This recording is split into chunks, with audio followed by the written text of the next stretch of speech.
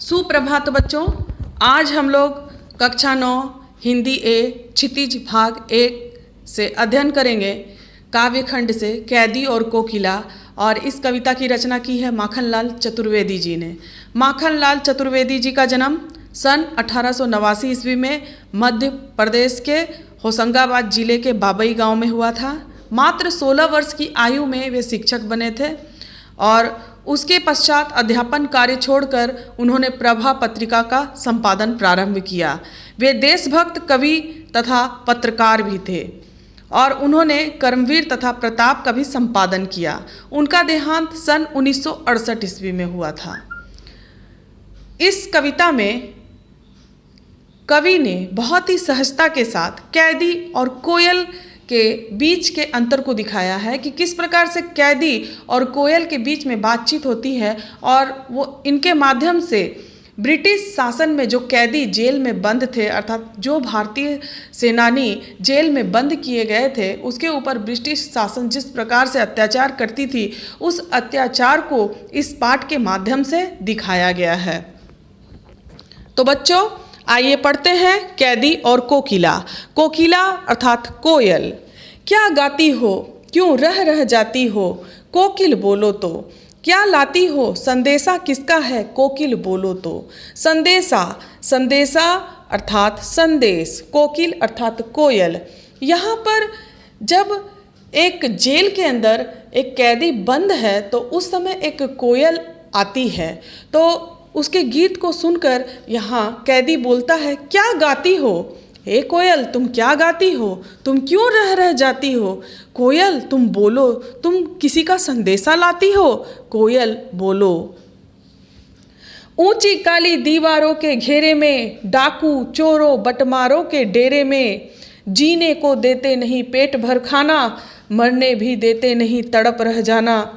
जीवन पर अब दिन रात कड़ा पहरा है, शासन है या तम का प्रभाव गहरा है। हिमकर निराश कर चला रात भी काली, इस समय काली माँ मई जगी क्यों आली। यहाँ पर बटमार अर्थात जो रास्ते में लूट लेते हैं, अर्थात जो बदमाश होते हैं, जो लुटेरे होते हैं, उसे यहाँ पर कहा गया है। हिमकर अर्थात चंद्रमा, काली माँ मई अर्थात काले रंग से बनी हुई वस्तु, आली अर्थात सखी। यहाँ पर कवि कहते हैं जब कोयल जेल में आती है तो यहाँ कैदी कह रहा है, ऊंची काली दीवारों के घेरे में, हे कोयल तुम यहाँ क्यों आ रही हो। यहाँ पर तो ऊंची ऊंची काली काली दीवार है, चारों ओर ऐसे घेरे बने हुए हैं काली दीवारों के, डाकू चोरों बटमारों के डेरे में। हे कोयल, यहाँ कोई भी अच्छा आदमी नहीं है, यहाँ पर तो सिर्फ डाकू हैं, चोर हैं, बदमाश हैं, लुटेरे हैं। जीने को देते नहीं पेट भर खाना, मरने भी देते नहीं तड़प रह जाना। इन पंक्तियों के माध्यम से कवि ने यहाँ पर यह दिखाने का प्रयास किया है कि किस प्रकार से ब्रिटिश शासन में जो कैदी रहते थे, जो भारतीय कैदी रहते थे, उनके ऊपर कितना अत्याचार किया जाता था कि उन्हें पेट भर खाना नहीं दिया जाता था और वो जी भी नहीं सकते थे, वो मर भी नहीं सकते थे, वो तड़प तड़प कर अपने जीवन को व्यतीत कर रहे थे। जीवन पर अब दिन रात कड़ा पहरा है, शासन है या तम का प्रभाव गहरा है। और इतना उनके ऊपर शोषण किया जा रहा था और इतना उन्हें सताया जा रहा था और इतना कड़ा पहरा में उन लोगों को रखा जाता था कि ऐसा लगता था कि ये तम का प्रभाव गहरा है। तम अर्थात अंधकार। कैदी के जीवन में चारों ओर अंधकार ही अंधकार नजर आता था और कहीं भी उन्हें कोई उजाले की किरण नहीं दिखाई देती थी और ब्रिटिश शासन के इस अत्याचार से वो जूझ रहे थे। हिमकर निराश कर चला रात भी काली, इस समय काली माँ मई जगी क्यों आली। यहाँ पर कोयल के गीत को सुनकर कैदी कहता है कि हिमकर निराश कर चला। हिमकर अर्थात चांद, चंद्रमा, चंद्रमा भी निराश करके छुप गया है, अर्थात चंद्रमा भी आकाश में कहीं दिखाई नहीं दे रहा है और रात पूरी तरह से काली हो गई है, पूरी अंधेरी काली रात है। और इस समय काली माँ मई जगी क्यों आली, अर्थात इस काली रात में, काली माँ मई अर्थात इस काली रात में तुम जगी हुई क्यों हो, आली, आली अर्थात सखी। यहाँ पर आली कैदी कहते हैं कोयल को कहते हैं कि हे आली, हे सखी, तुम इस कालिमामयी रात में क्यों जगी हुई हो, काली अंधेरी रात में क्यों जगी हुई हो। क्यों हुक पड़ी वेदना बोझ वाली सी, कोकिल बोलो तो, क्या लुटा मृदुल वैभव की रखवाली सी, कोकिल बोलो तो। हे कोयल, क्या तुम्हारे मन में कोई हुक है, कोई पीड़ा है, कोई कष्ट है। वेदना बोझ वाली सी, क्या तुम्हारे मन में कोई वेदना, कोई कष्ट, कोई बोझ है।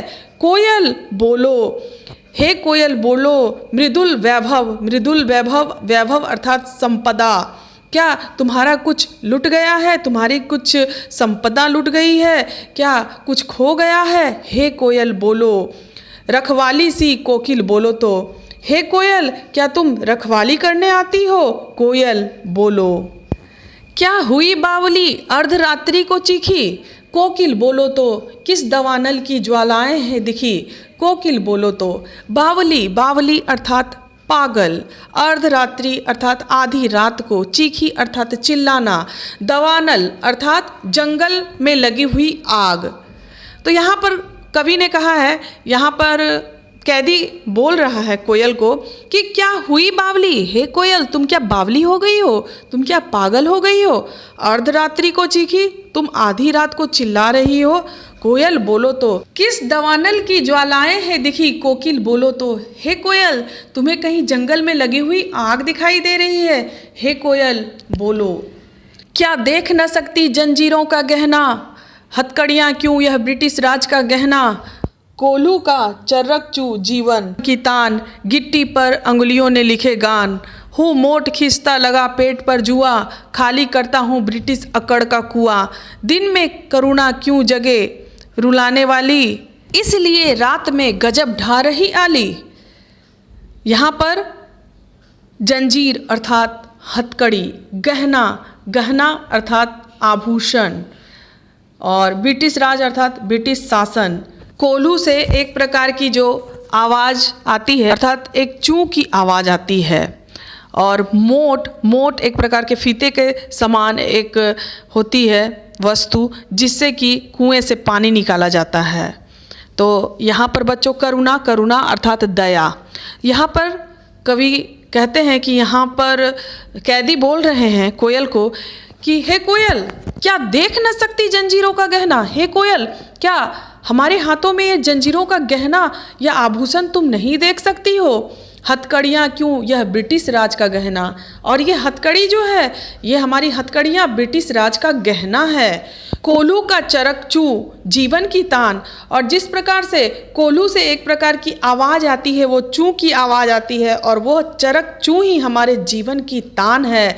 गिट्टी पर अंगुलियों ने लिखे गान, और ब्रिटिश शासन ने हमसे इतने कार्य करवाए हैं, हम लोगों ने इतनी गिट्टियाँ तोड़ी हैं और इतने पत्थर तोड़े हैं कि उसमें हमने अपने देश के प्रेम के लिए, अपने देश के लिए बहुत सारे राष्ट्रीय गान लिख डाले हैं। हूँ मोट खींचता लगा पेट पर जुआ, खाली करता हूँ ब्रिटिश अकड़ का कुआं। जिस प्रकार से एक कोल्हू के बैल के पेट में एक मोट बांध दिया जाता है, एक फीते की आकृति के समान एक मोट बांध दिया जाता है, और उससे कोल्हू में उसे बांध दिया जाता है और चारों ओर वो घूमता ही रहता है। ठीक उसी प्रकार से हम भी कार्य कर रहे हैं, दिन रात कार्य कर रहे हैं, हमारे ऊपर इतना अत्याचार किया जा रहा है और हम गिट्टियां तोड़ रहे हैं, हमारे ऊपर ब्रिटिश शासन का कड़ा पहरा है, फिर भी हम इससे डर नहीं रहे हैं, बल्कि हम ब्रिटिश अकड़ के कुएं को खाली कर रहे हैं और अपनी देशभक्ति, अपने देश प्रेम को यहाँ और भी अधिक प्रबल भावना से जगा रहे हैं। अपने देश के प्रति हम लोग समर्पित हैं और ब्रिटिश अकड़ के कुएं को खाली कर रहे हैं। दिन में करुणा क्यों जगे रुलाने वाली, इसलिए रात में गजब ढा रही आली। आली अर्थात सखी। हे सखी, हे कोयल आली, हमारे मन में दिन को कोई करुणा नहीं जागती है, हम दिन को कभी भी रोते नहीं हैं और ना ही दुख मनाते हैं। हे कोयल, इसलिए रात में तुम गजब ढा रही हो आली, और हमारे मन में एक करुणा का भाव उत्पन्न कर रही हो। हे कोयल बोलो।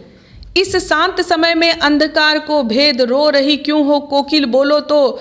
चुपचाप मधुर विद्रोह बीज इस भांति बो रही क्यों हो, कोकिल बोलो तो। बो अर्थात बोना, कोकिल अर्थात कोयल। यहाँ पर कैदी कोयल को कहता है कि हे कोयल, इस शांत और इस अंधकार में तुम यहाँ पर क्यों रो रही हो?